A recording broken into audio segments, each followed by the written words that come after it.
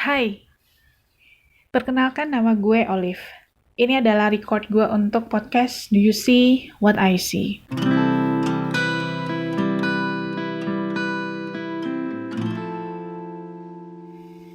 Kali ini gue akan mencoba untuk sharing pengalaman mistis yang gue alami sekitar 12 tahun yang lalu. Ya, tahun 2008 gitu ya. Kala itu gue bekerja sebagai seorang fisioterapis di sebuah sekolah khusus yang ada di Jakarta.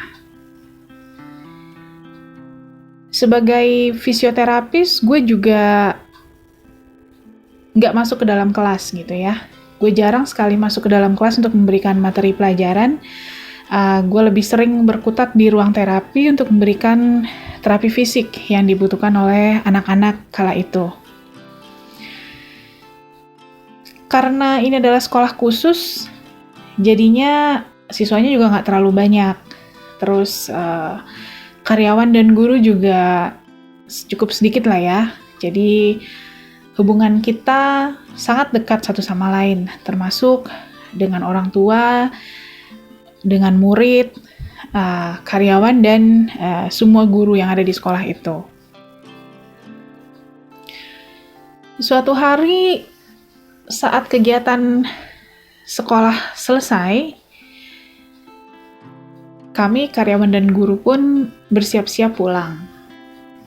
Tetapi akhirnya kami mengurungkan niat untuk pulang karena ada sepasang suami istri yang datang ke sekolah kami membawa anak dengan kondisi Down syndrome, perempuan berusia 6 tahun.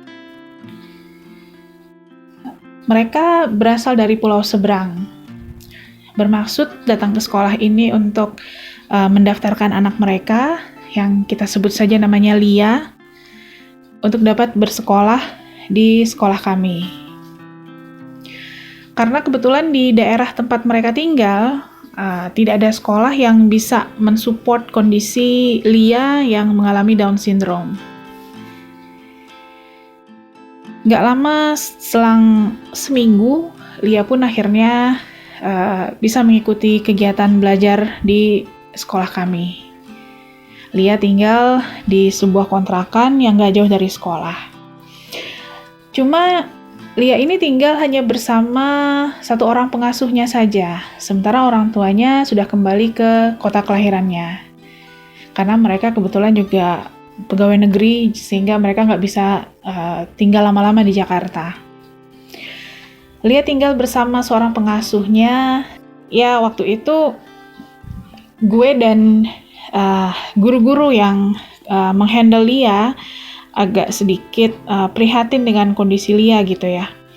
Dari sekian banyak siswa yang ada di situ, jujur kita lebih concern ke Lia, karena Lia memang orang tuanya tidak ada di tempat gitu ya, dia hanya tinggal bersama pengasuhnya, sementara siswa-siswa yang lain tergolong siswa-siswa yang kondisi perekonomian keluarganya cukup berada gitu ya. Mereka ke sekolah itu dengan pengasuh, terus naik mobil gitu ya, diantar dengan supir gitu.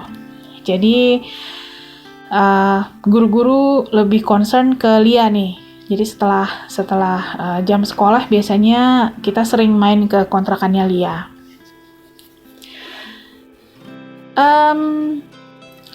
Selang setahun, jadi di 2008, sekolah ini pun mengalami krisis finansial dan kondisi gangguan manajemen gitu ya, sehingga ownernya memutuskan untuk memindahkan sekolah ini ke gedung yang lain.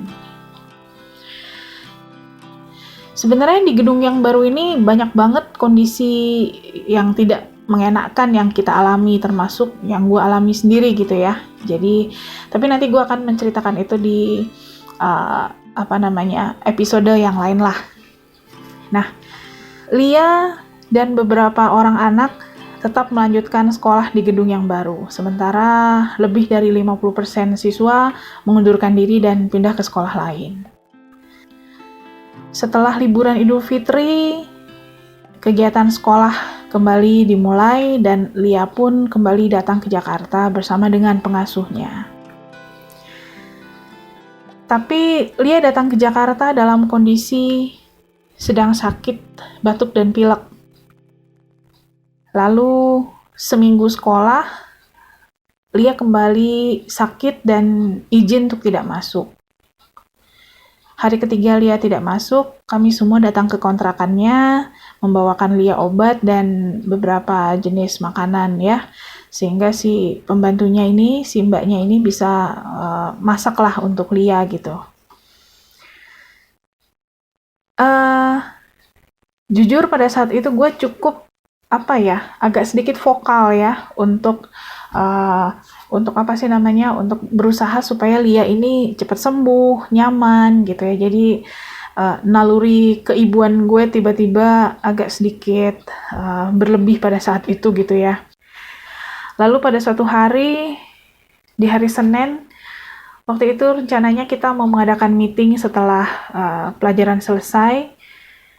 Pada saat kita siap-siap meeting, tiba-tiba si office girl kita mengetuk pintu dan bilang bahwa Lia sakit, kejang-kejang, tidak sadarkan diri.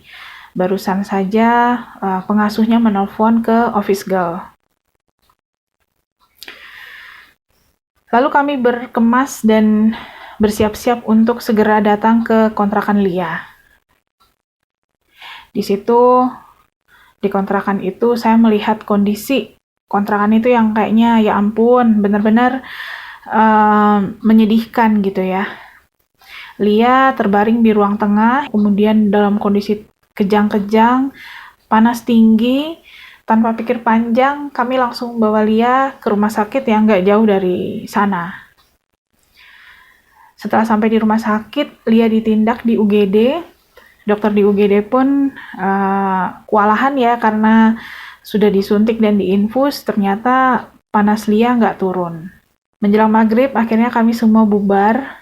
Lia kami tinggalkan bersama pengasuh dan office girl kantor. Karena kebetulan office girl ini cukup dekat dengan si pengasuhnya Lia.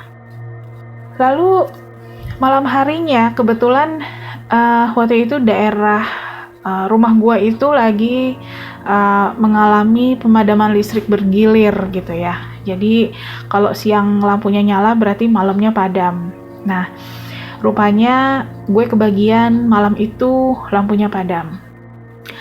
Lalu malam itu jam 9 malam pas lampu mulai dipadamkan, gue masih sibuk berkutat di depan laptop untuk menyelesaikan modul yang akan gue sharing kepada guru-guru dan karyawan keesokan harinya.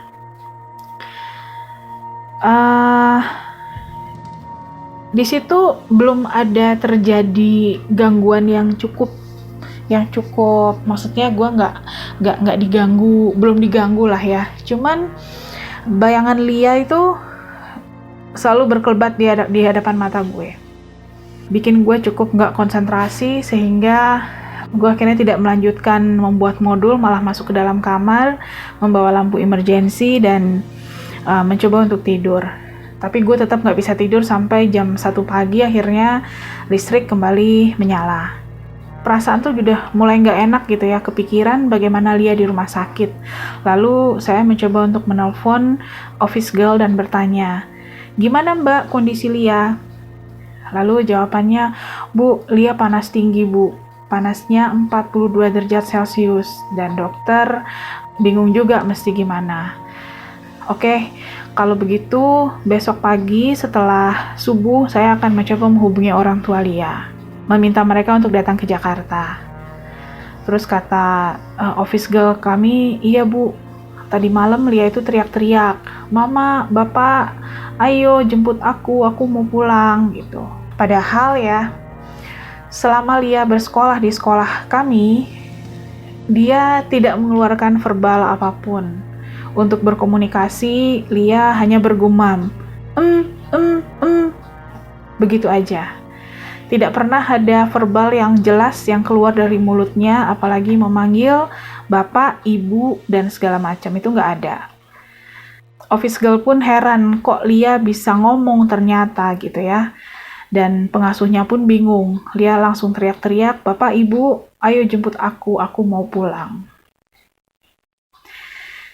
Dan benar saja, keesokan harinya, jam 9 pagi, Lia pun meninggal.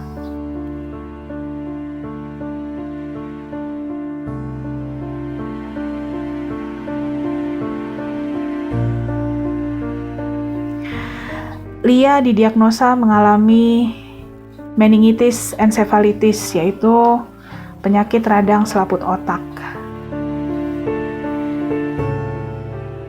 Lia wafat di usia 6 tahun. Kali itu karena yang ada hanya kami, guru-guru, dan saya terapisnya, semuanya kami yang ngurusin. Jadi orang tuanya Lia belum datang. Orang tuanya Lia datang tepat jam 12 siang.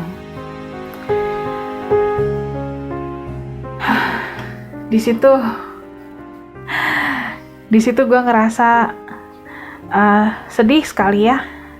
Anak berpulang, sementara dia berpulang hanya bersama dengan pengasuhnya, tidak sempat berjumpa dengan ayah dan ibunya, apalagi dengan kondisi dia yang spesial seperti itu.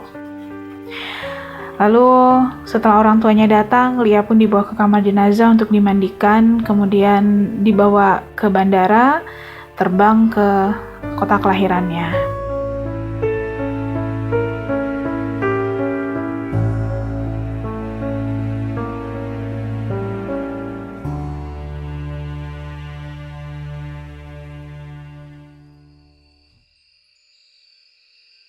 Malam harinya, kembali lampu di rumah gue dipadamkan oleh PLN. Jam 8 malam lampu sudah padam, gue kembali di depan laptop. Nah, kali ini di depan laptop, gue menghadap ke, gue duduk di meja tamu, menghadap ke arah dapur gitu ya, yang ada kamar mandinya. Gue hanya bermodalkan satu lampu emergency yang kayaknya sih cukup terang pada saat itu ya, yang gue letakkan di samping meja makan gitu. Sementara gue di meja tamu, di ruang tamu, lagi di depan laptop. Jadi ada sinar di ruang makan ya. Tapi kok sinarnya ada dua?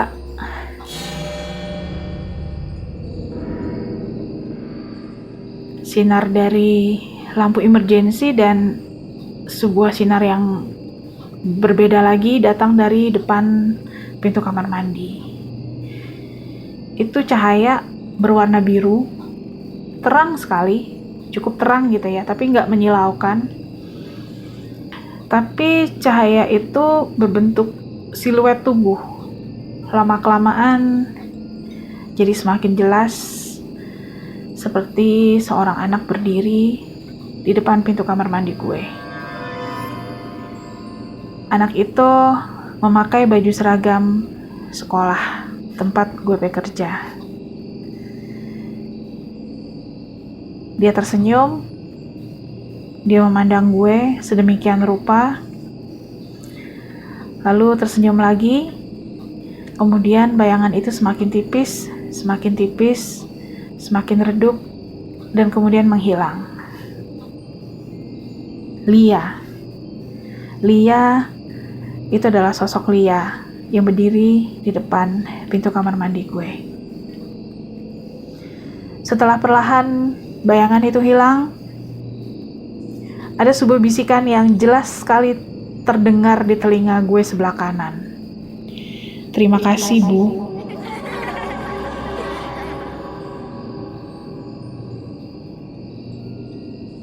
Itu adalah bisikan yang sangat jelas gue dengar. Sebuah ucapan terima kasih dari Lia.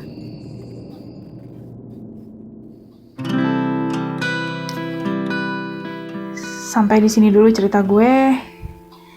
Nanti gue akan bercerita bagaimana seramnya sekolah di gedung yang lama, yang baru. Kemudian ada juga cerita tentang rumah yang gue tempati sekarang. Dan pengalaman-pengalaman mistis lainnya di episode berikutnya. Terima kasih teman-teman yang sudah mendengarkan. Sukses selalu untuk podcast Do You See What I See. Bye-bye.